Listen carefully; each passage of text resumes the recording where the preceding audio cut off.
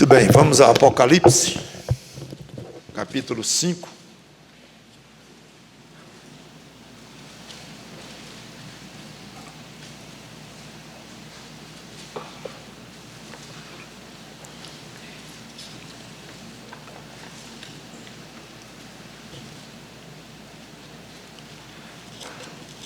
Apocalipse, capítulo 5, versículos de 1 a 5.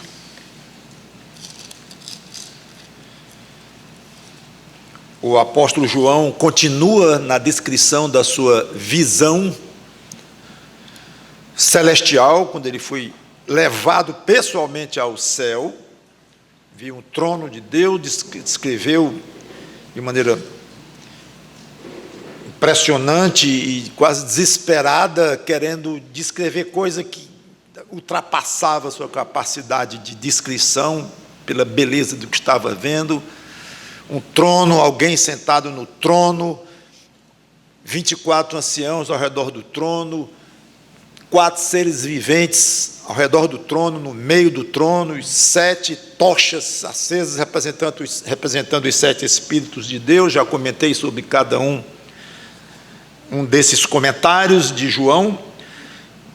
E ele então termina o capítulo 4 dizendo que, falando de duas doxologias, ou 2 momentos de colocação de palavras de adoração por parte dos 4 seres viventes. Ele até descreve o que eles disseram na frente de João, já comentamos detalhadamente, e terminou dizendo que os 24 anciãos, depois disso, iriam se prostrar diante do trono e depositar as coroas de ouro que eles tinham na cabeça diante de Deus. Então está neste ponto a descrição do que João estava vendo. Continuamos então. Capítulo 5, versículo 1. Vi na mão direita daquele que estava sentado no trono um livro, escrito por dentro e por fora, de todo selado com 7 selos. Vi também um anjo forte, que proclamava em grande voz: quem é digno de abrir o livro e de lhe desatar os selos? Ora, nem no céu, nem sobre a terra, nem debaixo da terra, ninguém podia abrir o livro, nem mesmo olhar para ele. E eu chorava muito, porque ninguém foi achado digno de abrir o livro, nem mesmo de olhar para ele. Todavia, um dos anciãos me disse: não chores. Eis que o leão da tribo de Judá, a raiz de Davi, venceu para abrir o livro e os seus 7 selos. Vamos parar aqui e vamos orar.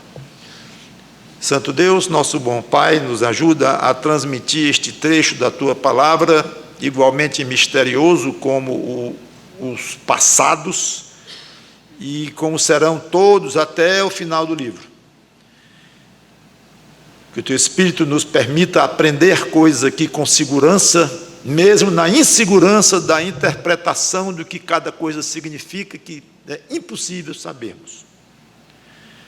Mas que uma coisa não elimine a outra, e que essas interpretações não desviem nossa atenção para aquilo que nós podemos concluir com segurança e nos tornar adoradores de Ti, mais conscientes, mais desejosos ainda de Te glorificar.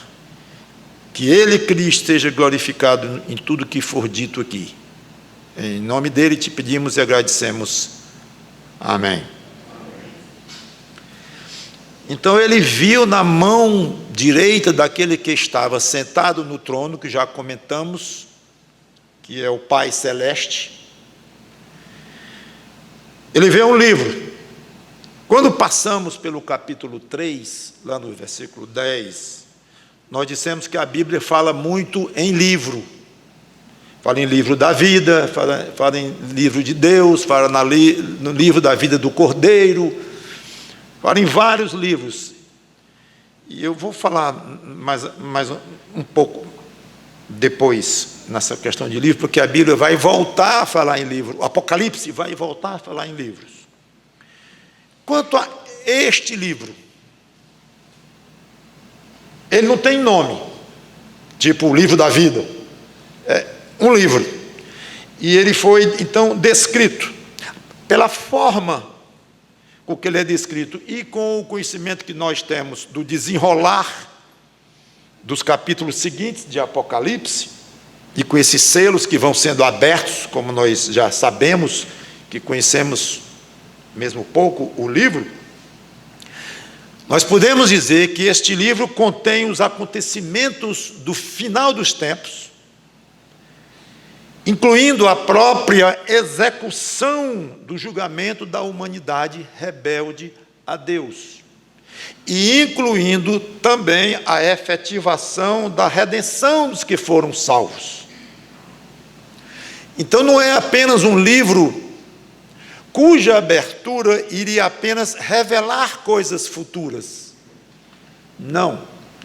Essa parte de revelar seria até secundária, porque o importante, como característica deste livro, é que ele contém a própria realização das coisas. À medida que ele vai sendo aberto, coisas vão acontecendo de fato.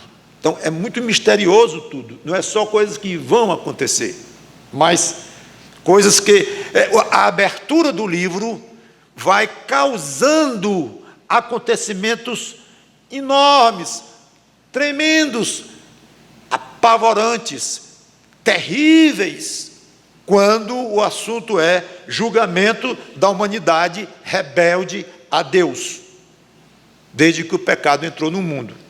E, ao mesmo tempo, o mesmo livro, ao ser aberto, contém efetivação de algo absolutamente espetacular. O que é? É a posse, a culminância da redenção dos que foram salvos. Então, a abertura do livro vai trazer condenação e redenção, consumação de condenação, consumação de redenção. Vem para definir, para resolver. A abertura desse livro é o próprio final dos tempos. Final dos tempos, digo, aqui na terra, antes do milênio, e depois julgamento grande, trono branco, e novos céus e nova terra. Ele era selado com 7 selos. Fica evidente que era um livro totalmente fechado, e esse 7 é considerado o número da perfeição na Bíblia. Alguns dão mais valor do que outros nessa questão de números. Eu sou dos que dou um valor de médio para pequeno. Tem outros estudiosos que dão muito valor a números, e cada um faz como achar melhor. Eu acho razoável se associar a um certo número da Bíblia, pela maneira como ele é utilizado, se associar de fato com alguma coisa, alguma imagem, com algum tipo de característica. É razoável.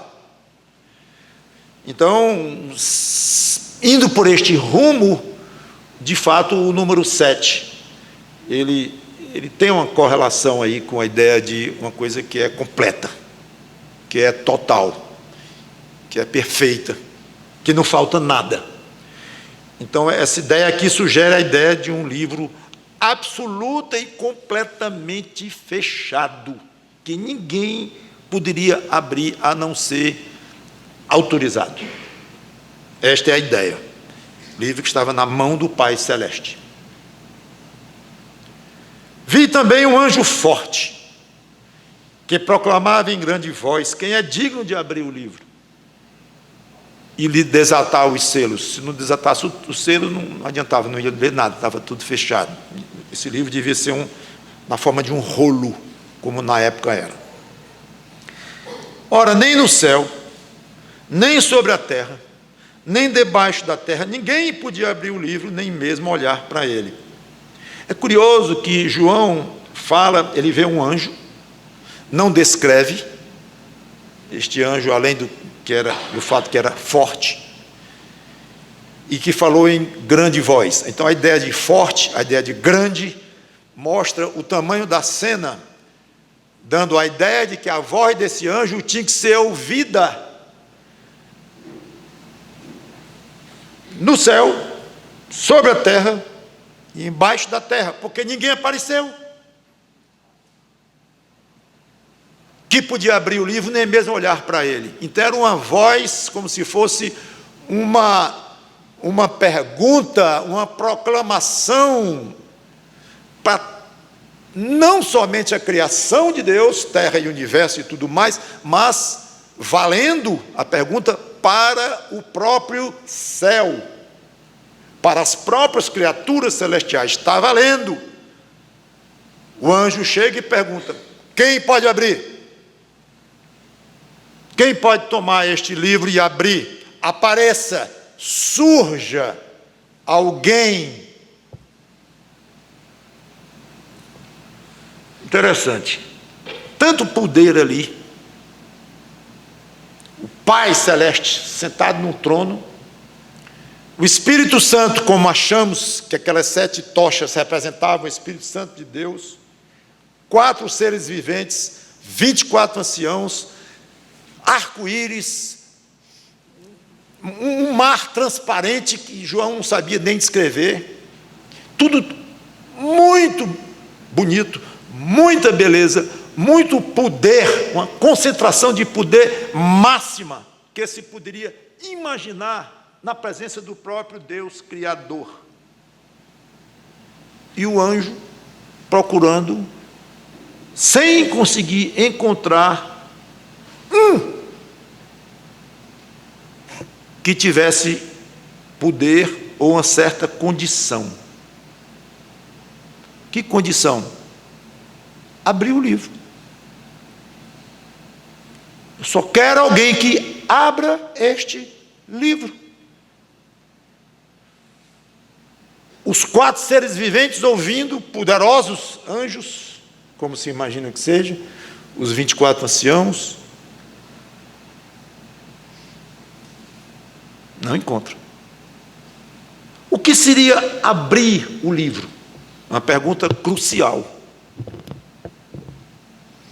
Desencadear e fazer acontecer as coisas lá escritas.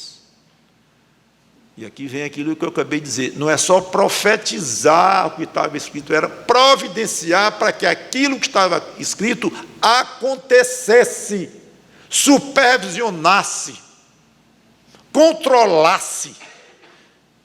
Este era o poder necessário para quem fosse abrir o livro. Não era só ter condições de abrir, tirar os selos e ler. Bom, é o seguinte, está escrito aqui que vai acontecer isto, pronto, é isso aqui que está no livro. Isso não era abrir o livro. Este livro não é o que significava abrir aquele livro. Abrir aquele livro era muitíssimo mais do que apenas ler profecias ali contidas, mas era executar, propriamente executar, controlar, ter autoridade sobre tudo o que iria acontecer como consequência da abertura daquele livro, coisas essas, claro, profetizadas e que já estavam nos planos de Deus e tudo, mas alguém que iria superintender tudo aquilo. Isso era abrir o livro, incluindo nessas coisas salvação de pessoas e condenação de outras. Então, algo gravíssimo que envolvia almas eternas. E em toda a criação, procurou-se no reino animal, não se encontrou, não teve um que dissesse eu posso.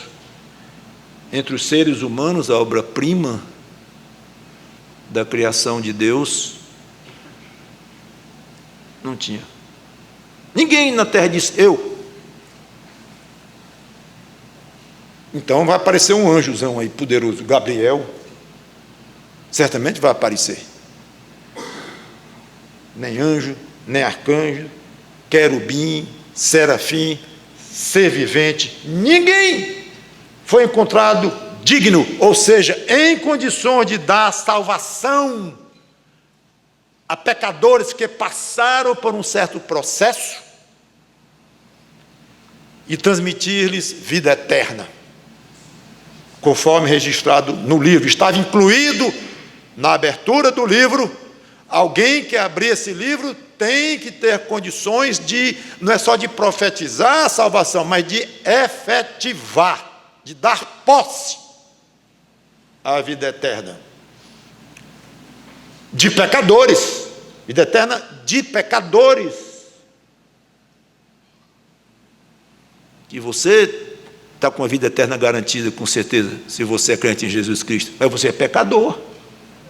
Então, alguém vai lhe dar uma vida eterna, você sendo pecador. Aí é difícil. Alguém condenado. Quem é que vai dar vida eterna ao lado de um Deus santo e poderoso, alguém que está condenado, totalmente morto nos seus delitos e pecados? Não. O anjo olhava assim e disse: não tem nada a ver comigo, não posso. E ser humano algum, e ninguém. Talvez uma pergunta que alguém possa querer fazer: e quanto ao próprio Pai? A rigor, ele não estava incluído na pergunta, porque o livro era dele mesmo. Ele era o autor do livro, o executor do livro, e o livro estava nas mãos dele. Se alguém tinha selado aquele livro, era ele. Se alguém tinha declarado aquele livro, tudo era ele. Então, obviamente, não estava incluída a pessoa do Deus Criador naquela pergunta. Mesmo assim, ainda haveria uma impossibilidade teológica do próprio Pai decretar, abrir o livro e ele realizar o que o livro estava predito: pecadores irem para o céu. O Pai não podia fazer nada com relação a esse assunto. Esquisito. Deus não poder fazer nada? Porque o próprio Deus havia decretado que para um pecador ser salvo, teria que haver derramamento de sangue humano sem pecado. Ele tinha declarado. Então é óbvio que ele próprio estava fora dessa condição. O Pai não tinha sangue humano, nunca teve. Então ele está fora de uma qualificação que ele próprio impôs. O Pai está fora dessa pergunta. E nesse sentido poderíamos dizer o mesmo do Espírito Santo. O Espírito Santo é Deus. Então nem Deus pode responder a pergunta do anjo. Responder a pergunta quer dizer se identificar como digno de abrir, em condições de abrir o livro. Mesma coisa, o Espírito Santo não tem sangue humano. E para executar as coisas do livro, tinha que ter condições de salvar pecadores, porque estava escrito no livro que pecadores seriam salvos. Então, acabou-se. É interessante e trágico, no próprio céu, com tanta majestade, tanto brilho, tanto poder, soou uma nota destoante, preocupante, mesmo triste. Quem pode abrir esse livro? Silêncio constrangedor. E muito mais do que constrangedor para o apóstolo João, arrasador, moeu com João isso, moeu o íntimo de João. E eu chorava muito. Por que, João, você chorava tanto? Porque ninguém foi achado digno de abrir o livro e nem de olhar para o livro. Então, de alguma maneira, João achou a situação desesperadora para a raça dele, raça humana, condenada pelo pecado, desesperadora para a própria criação, amaldiçoada, sofrida, que geme até hoje, e suporta angústias até agora, como sabemos. E ele chorou muito. Aí vem algo interessante. No céu não há choro. Pois é. Exceção aqui. Talvez o único choro na história do céu. E é bom lembrar que João não tinha chegado ao céu de uma maneira natural. Após morrer, já adentrando na sua vida eterna, depois de morrer, então ele estava lá por uma visão. Então vamos deixar à parte este choro de João no céu. Mas um dia que você disser assim, no choro nunca houve, no céu nunca houve choro, houve. De João, embora todo especial, todo diferente. É como se João entendesse que algo muito sério precisava ser resolvido. Um impasse gigantesco, absolutamente apavorante, aterrorizante aconteceu aqui. Um livro para ser aberto, ninguém podia abrir, nem no céu, nem em cima da terra, nem embaixo da terra. Todavia, versículo 5, um dos anciãos me disse, não chores. Essa expressão talvez mereça uma pregação um dia, uma pregação temática sobre todas as vezes que aparece essa expressão, não chores. Há pouco tempo eu falei, Jesus falando não chore para a viúva. Até comentei, como é que não chora? É muito estranho dizer, não chore com meu filho aqui morto. Não sei se vocês lembram disso, faz pouco tempo. Se não se lembrarem é porque, bom, nada. Seja como for, seria interessante explorarmos um dia as vezes em que Deus nos disse, não chores, ou mandou alguém dizer. E aqui está não chores. João, você está chorando antes do tempo. Calma. Eis que o leão da tribo de Judá, raiz de Davi, venceu para abrir o livro e os seus 7 selos. Curiosamente, quem falou aqui não foi o anjo que fez a pergunta perturbadora. Não foi o anjo. Foi um dos anciãos que achamos que seja um ser humano. O espírito de um ser humano. Então, o assunto agora aqui vai entrar muito no aspecto da humanidade. De homens, de pessoas, seres humanos. E aqui um alívio espetacular que este ancião coloca no ambiente. Boas novas. Isso é o Evangelho. Quando o ancião diz, não chore, João, tem alguém que vai poder abrir o livro. Isso é boas novas do Evangelho.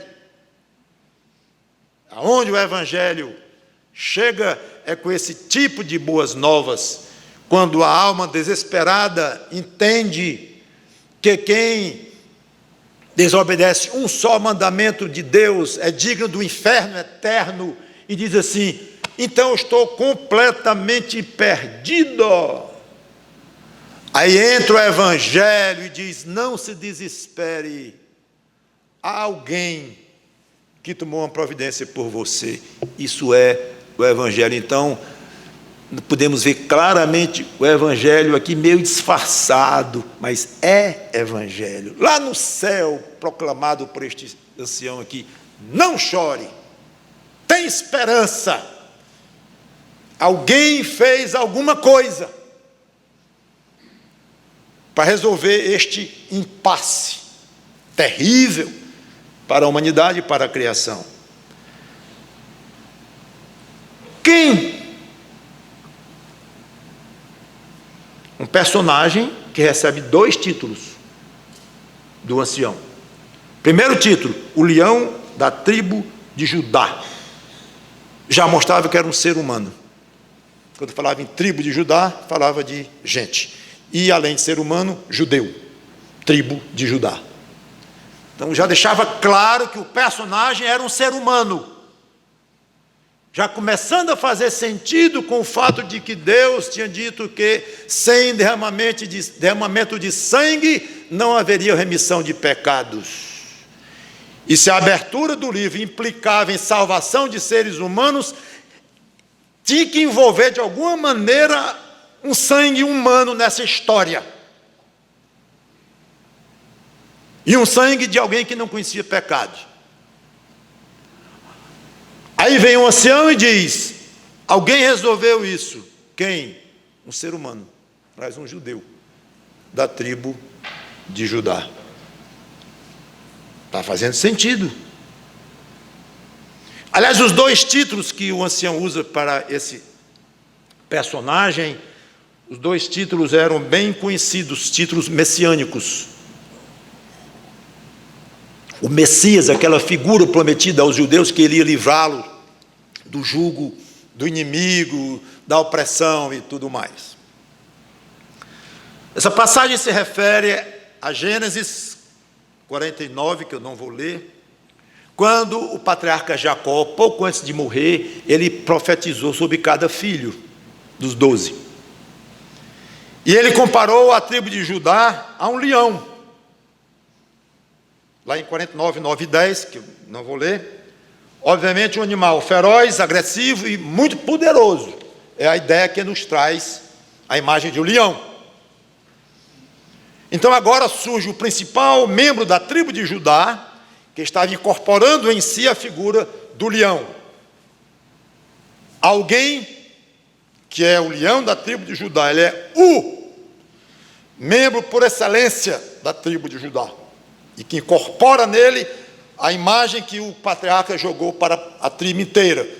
Personaliza num só esse personagem, a ponto de nós vamos chamá-lo o leão da tribo de Judá, um homem. Segundo título deste personagem, raiz de Davi. Então, além de ser da tribo de Judá, o Messias seria descendente de Davi, do rei Davi, e a Bíblia está cheia de passagens que falam nisto. Isaías, capítulo 11, versículo 1, versículo 10, Jeremias, eu não vou ler. Mas são passagens que mostram que o Messias seria um descendente físico de Davi, raiz de Davi, viril de Davi. E conforme o Novo Testamento, Jesus Cristo é esse personagem.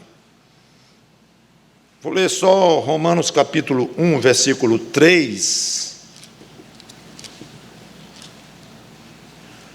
Romanos capítulo 1, versículo 3.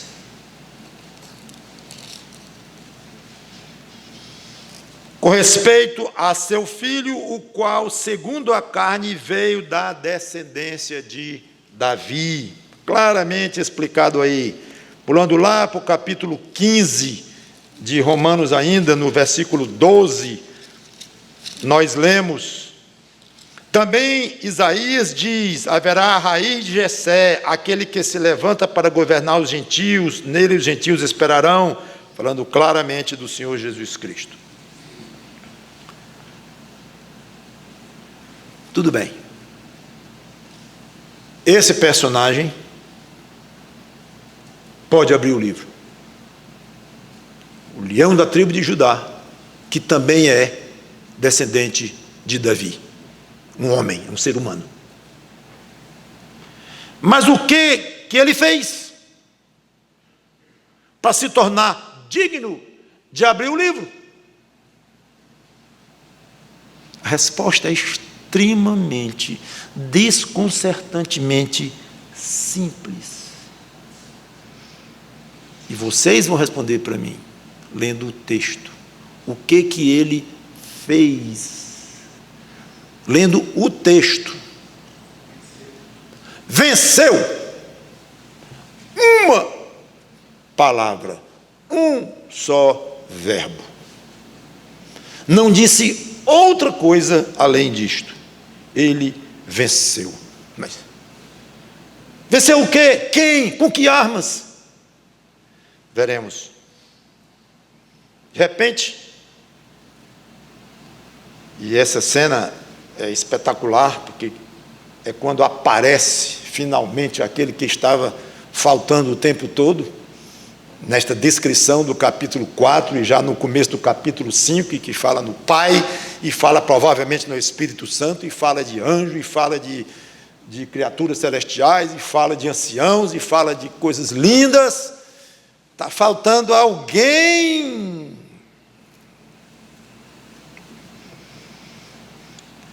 De repente, João vê uma figura que se coloca numa posição central na cena celestial, no meio do trono, entre os 24 anciãos e os 4 seres viventes. Voltando ao Apocalipse, capítulo 5, versículo 6 agora. Então, vi no meio do trono e dos 4 seres viventes e entre os anciãos de pé, um cordeiro como tendo sido morto. Ele tinha 7 chifres, bem como 7 olhos, que são os 7 Espíritos de Deus, enviados por toda a terra. Veio, pois, e tomou o livro da mão direita daquele que estava sentado no trono. Então, o fato é que a atenção de João é chamada imediatamente para aquela figura na posição central, como já comentei, e ele vê o quê? Um leão. Não, um cordeiro. Cordeiro? Mas o ser vivente não tinha dito, acabou de dizer, que quem tinha vencido para abrir o livro era um leão, o leão da tribo de Judá, e agora é um cordeiro.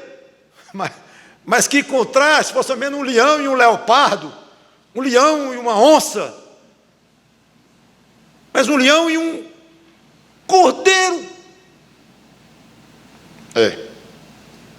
É um leão ou é um cordeiro? Os dois. As duas figuras coexistem. Aliás, muitas figuras coexistem quando tratam de caracterizar ou definir o Senhor Jesus Cristo. Raiz de Judá, por exemplo, como acabamos de ver. Mas o que chama a atenção aqui é o contraste enorme entre tudo que um leão representa e um cordeiro representa. Isso chama a atenção. O pior no sentido de dizer que causa mais estranheza, um cordeiro como tendo sido morto. Então não é um leão feroz, é também, são metáforas que indicam as características distintas, mas coexistentes deste mesmo personagem. Esse cordeiro, não sabemos até que ponto João viu a imagem física de um cordeiro, ou se ele viu um homem, mas que de alguma forma lembrava um cordeiro, ou fisicamente, ou as características de um cordeiro, não sabemos, e o próprio João não saberia descrever direito. Era tudo muito misterioso para ele, muita coisa acontecendo ao mesmo tempo, e coisa que ele não tinha referencial para descrever. Não sabemos. Agora, é curioso, como ele não disse aqui, como um cordeiro, como ele muitas vezes fala, parecido com o cordeiro, semelhante com, não, ele diz, um cordeiro. Isso é forte. Muito interessante. Agora, o que é que João viu que evidenciava o fato de que aquele cordeiro havia sido morto? Não sei. Provavelmente alguma cicatriz, o que nos lembra quando Jesus apareceu, mostrou a cicatriz depois da sua ressurreição para os apóstolos.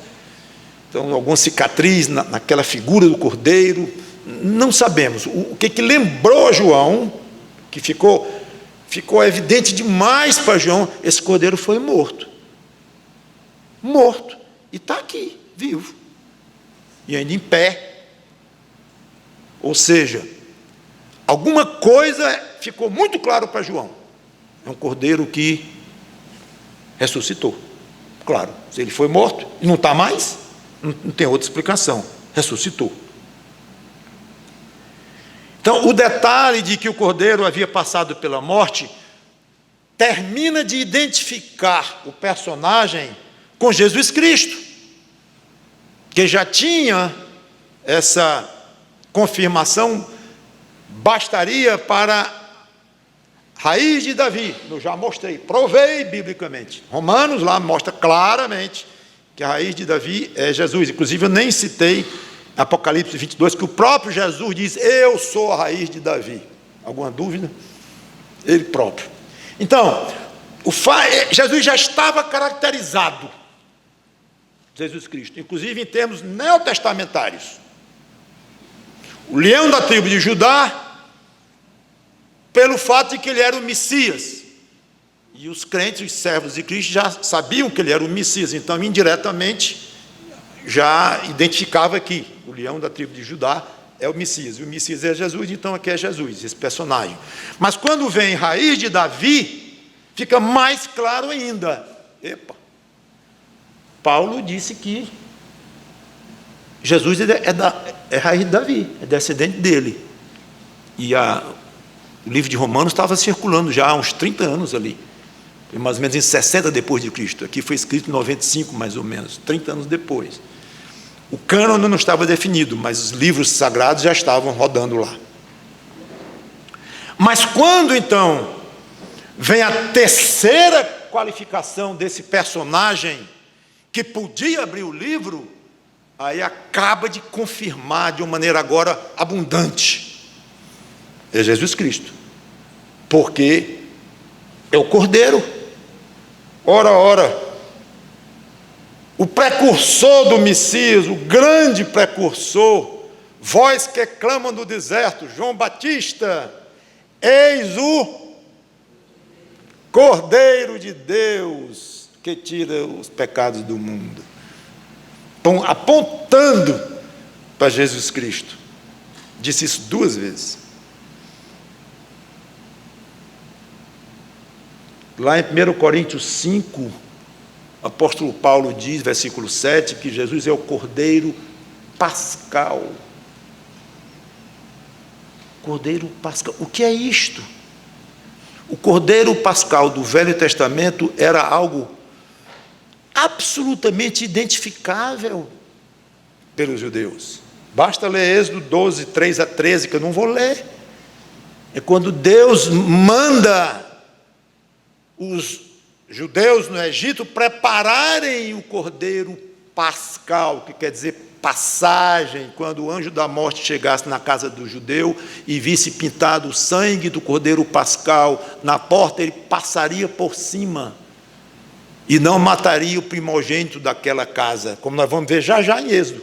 Estamos vendo, inclusive, as 7 pragas, as 10 pragas, vamos já chegar lá. Seja como for, o Cordeiro Pascal de Êxodo apontava, ou os cordeiros pascais, que eram dezenas de cordeiros, mas a figura do Cordeiro Pascal apontava para o Cordeiro Pascal, Cordeiro de Deus, Pascal, da Páscoa, que melou com o sangue dele nossa alma. E o Deus de justiça, quando chega na frente da alma, que ela é melada com o sangue de Cristo, o Deus vingador passa por cima e não condena, porque aquele cidadão, aquela pessoa creu no Senhor Jesus Cristo, e se creu, foi beneficiada com o efeito do sangue do Cordeiro Pascal, que lavou os pecados daquela dita alma, criatura, aquela pessoa, e Deus passa por cima e não condena mais, justificados pela fé no Senhor Jesus Cristo. Então, quando ele diz aqui Cordeiro Pascal, aliás, quando diz o Cordeiro como tendo sido morto, ficou claríssimo que tratava-se do Senhor Jesus Cristo. E a pergunta, venceu com que armas? Vamos a Atos 20 e 28.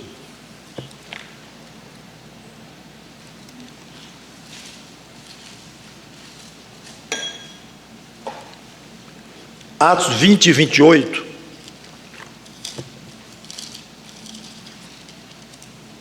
Diz assim, quando Paulo se despede lá dos anciãos em Éfeso, quando ele ia para Jerusalém, lá seria preso: atendei por vós e por todo o rebanho, sobre o qual o Espírito Santo vos constituiu bispos, para pastoreardes a igreja de Deus, a qual ele comprou com o seu próprio sangue. A ideia aqui não é uma ideia militar, de exército, é de compra, de uma transação, mas a resposta é exatamente esta.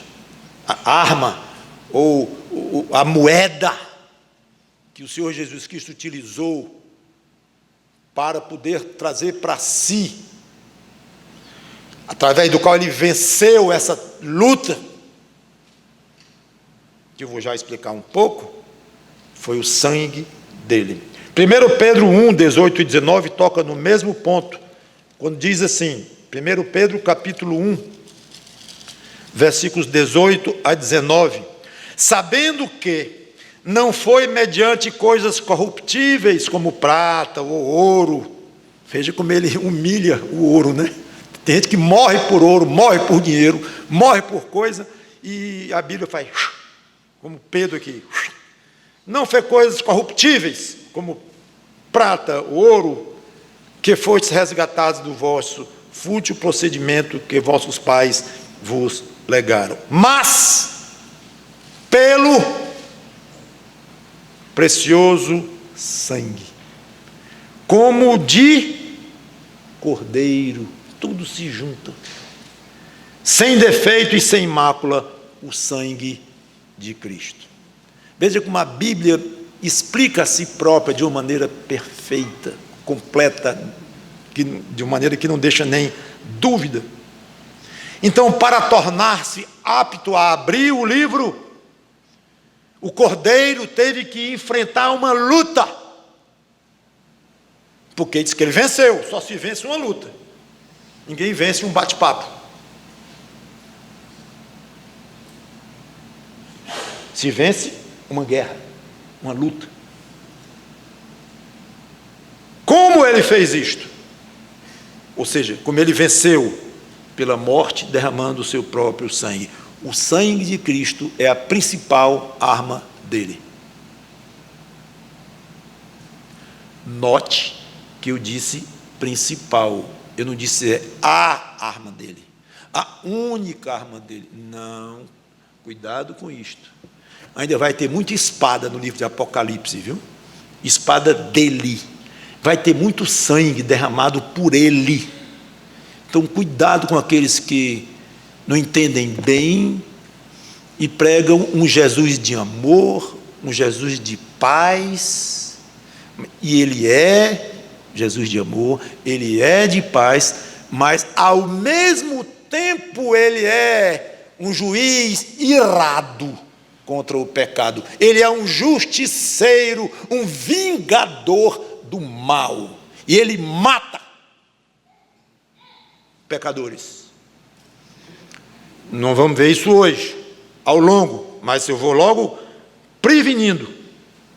Quando a gente fala que a principal arma dele, na luta que ele se propôs, que foi resgatar almas do inferno para o céu, esta principal arma dele foi o sangue dele. Ele também tem outras armas para outros propósitos. E ele venceu quem? A gente só vence uma guerra contra alguém. Aqui é um assunto muito vasto, mas eu quero resumir muito. 3 coisas. O mundo, sistema maligno dominado pelo diabo, cheio de pecados, cheio de que não presta. Tende bom ânimo. Eu venci o mundo. João 16, 33. Mesmo verbo. O Cordeiro venceu. Venceu. E ele diz exatamente: eu venci o mundo. Não me dobrei aos caprichos do mundo. Não me dobrei às tentações do mundo. Me mantive puro. Absolutamente puro aos olhos do meu Deus. Nunca cometi um só pecado. Quem aqui entre vós me acusa de pecado? Ele desafiou-se na cara. Quem? Isso foi a vitória dele.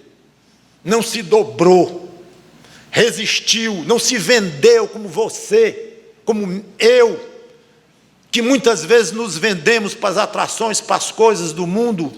Tudo bem, se somos crentes, é uma venda meio provisória, depois a gente volta e nós estamos garantidos nas mãos do nosso Pai, graças a Deus. Mas muitas vezes agimos como pequenos traidores, fracos, falhos, e nos apavoramos, nos entristecemos e fazemos tudo o contrário do que Ele mandou. E Ele fez tudo de acordo com o que Ele próprio mandou. Sem angústia, sem ansiedade, sem pecado, sem moralidade, sem lascívia, sem inveja, sem cobiça, ali. Sem amor ao dinheiro, amor às coisas, nada ali. Firme, vitória. Ele venceu as obras do diabo. Tudo que o diabo fez, 1 João 3 e 8. Aliás, eu vou logo para o que interessa mais do que tudo, que é Hebreus 2 e 14. Ele venceu o próprio diabo. Então, se ele venceu o próprio diabo, venceu as obras do diabo. Um está incluído no outro. Hebreus 2 e 14. Hebreus 2 e 14. Visto, pois, que os filhos têm participação comum de carne e sangue, deles também ele, falando de Cristo, igualmente participou, para que por sua morte destruísse aquele que eu tenho o poder da morte, a saber. É bom quando vê assim na Bíblia, né? A saber, ou seja, aí não tem que fazer nenhum tipo de interpretação, está escrito, a saber, o diabo. Ele venceu o diabo, venceu a morte, que está no controle do diabo. Mas eu quero voltar e encerrar, que já falamos o que o Cordeiro,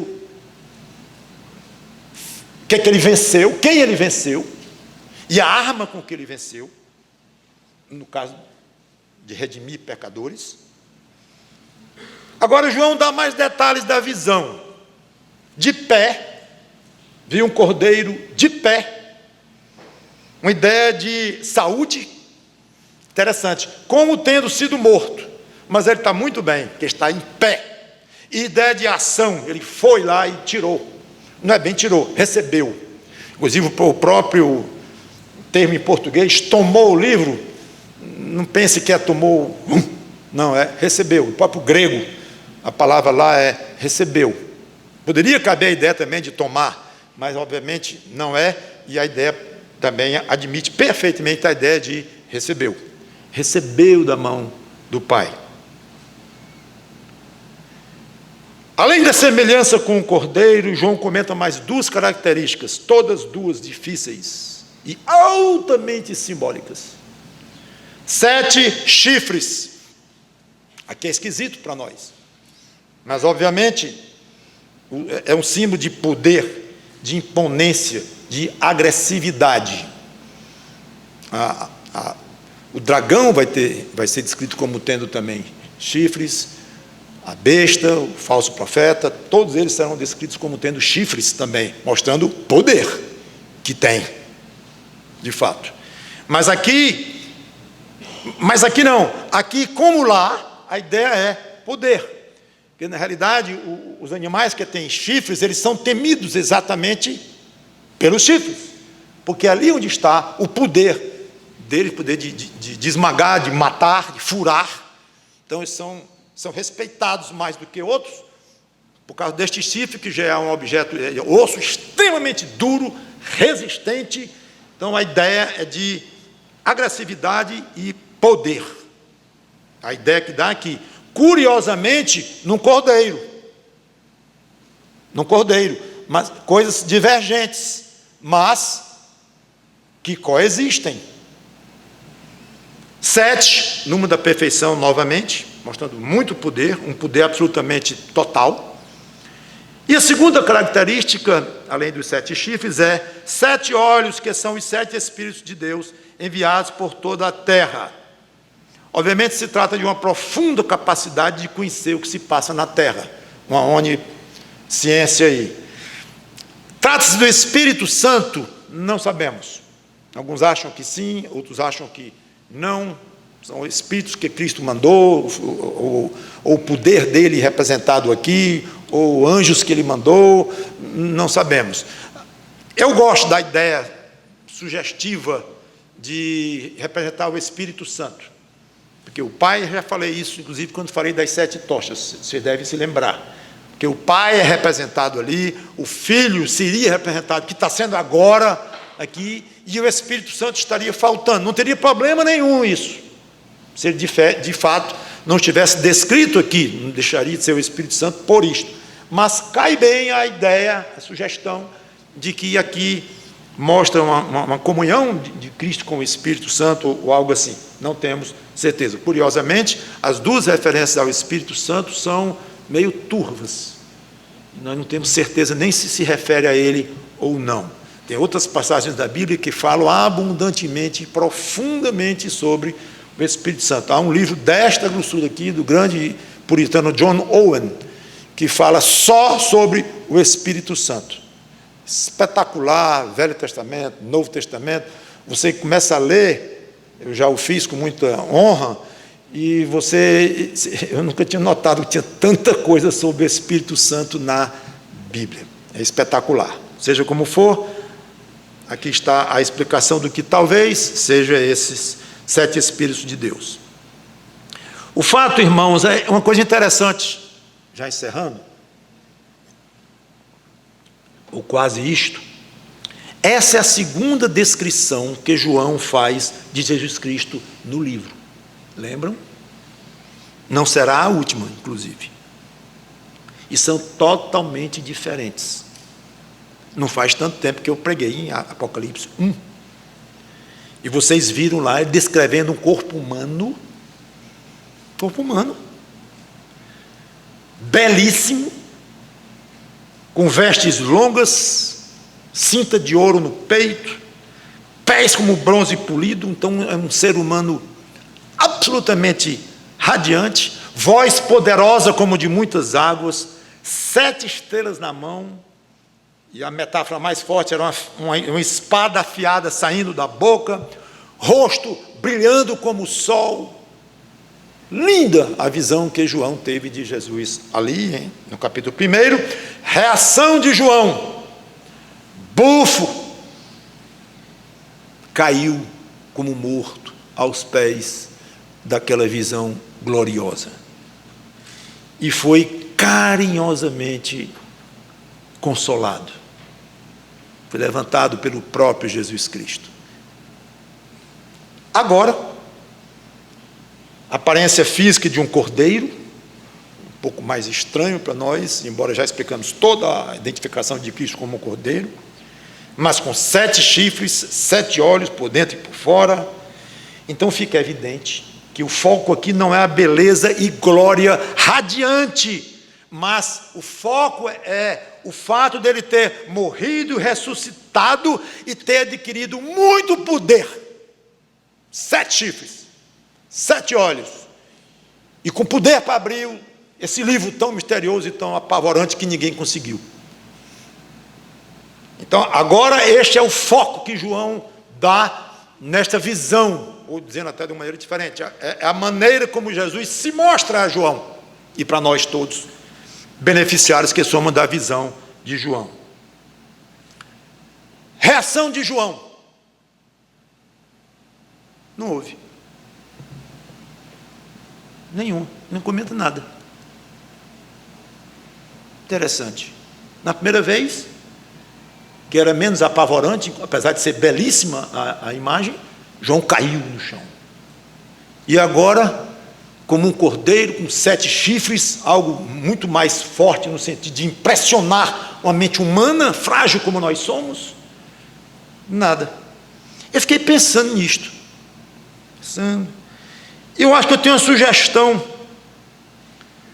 Na primeira vez, foi uma manifestação pessoal de Cristo a João, mostrando uma comunhão entre os dois, em que Jesus pessoalmente consola João, Jesus pessoalmente consola João. Agora, João estava ali como observador, inclusive, não vou dizer penetra, porque ele foi convidado, mas no sentido de que ele era um estranho no ninho, porque ele era um ser humano vivo, que não tinha morrido. Espírito humano para estar no céu, é porque morreu, e João não estava morto, estava lá, então era uma presença diferente, um estranho no ninho, mas obviamente autorizado e convidado pelo próprio Jesus: vem para cá, como eu já expliquei. Ou seja, João estava ali colocado de uma maneira muito especial como um observador, numa cena em que Jesus atuava de uma maneira pública, diante do céu, diante de seres angelicais, em que o anjo fala numa voz grande para até quem estava na terra ouvir, embaixo da terra ouvir, tudo muito grandioso, e João estava ali observando e escrevendo. Totalmente diferente a forma da interação Jesus e João, João e Jesus, numa visão e na segunda visão. Você já deve ter notado que há momentos em que Jesus Cristo lhe parece tão íntimo,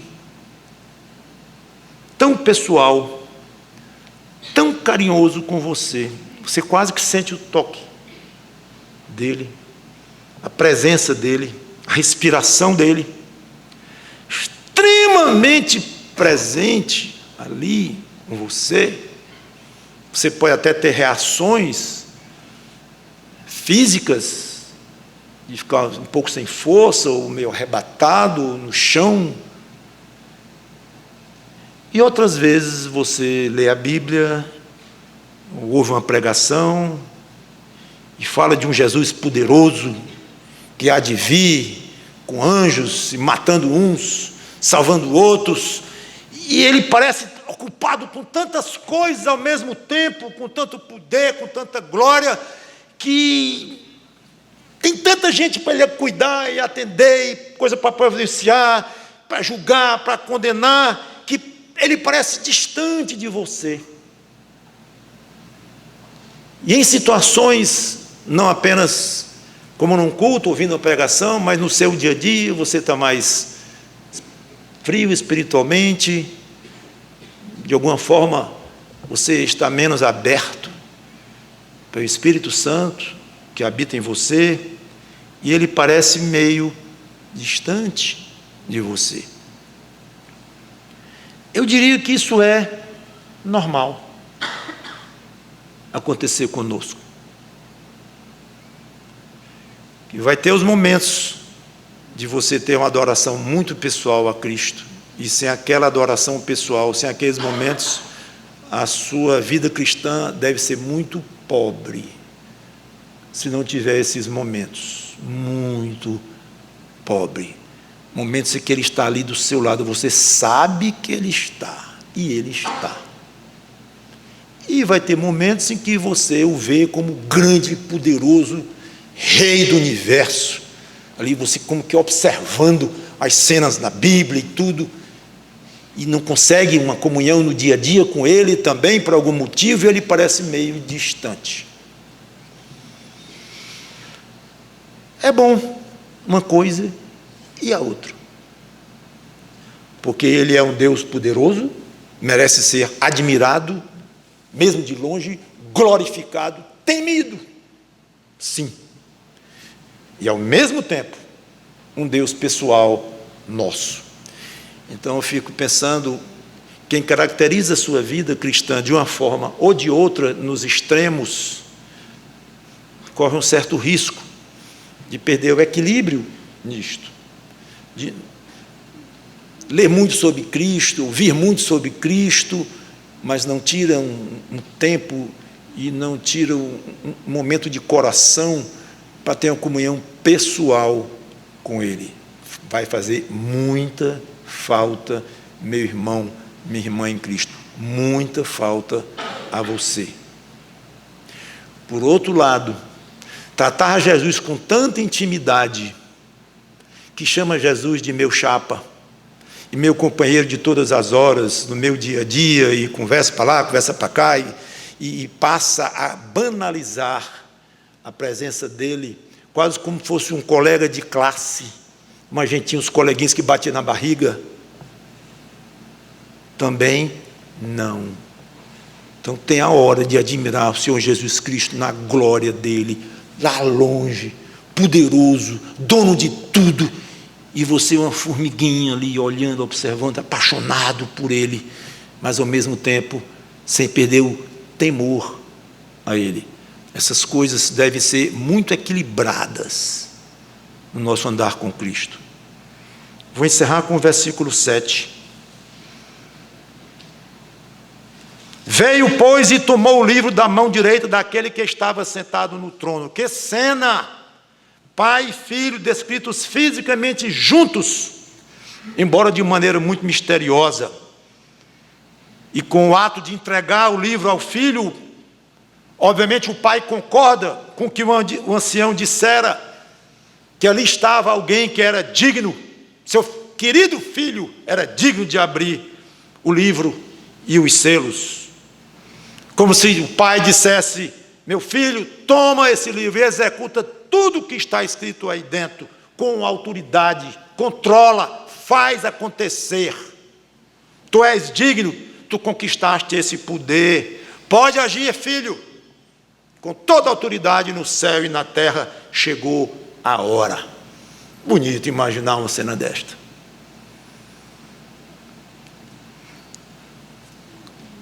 Os mais estudiosos quiserem ver depois Daniel 7, 13 e 14, provavelmente se refere à mesma cena. Daniel, 600 anos antes de Cristo, descreve uma cena parecidíssima com esta, menos a ideia do livro, não fala no livro, mas chegando, um como filho do homem, chegando perto do ancião de dias. É belíssima a cena também.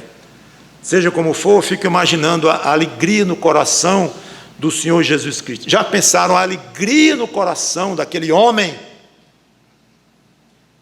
que é Deus, segurando aquele livro? Como me foi difícil conquistar esta condição. Como eu tive que amar, e amar, e amar aqueles que o Pai me deu. Como é agradável à minha alma poder dar posse à vida eterna deles. E ter lavado o pecado deles com o meu próprio sangue. Que prazer! E como o meu senso de justiça se satisfaz em condenar à morte eterna os que continuaram rebeldes ao meu Pai, a mim, ao Espírito Santo, não ouviram a voz dos profetas, dos pregadores, dos apóstolos, dos discípulos, dos crentes, ao longo de todo o mundo.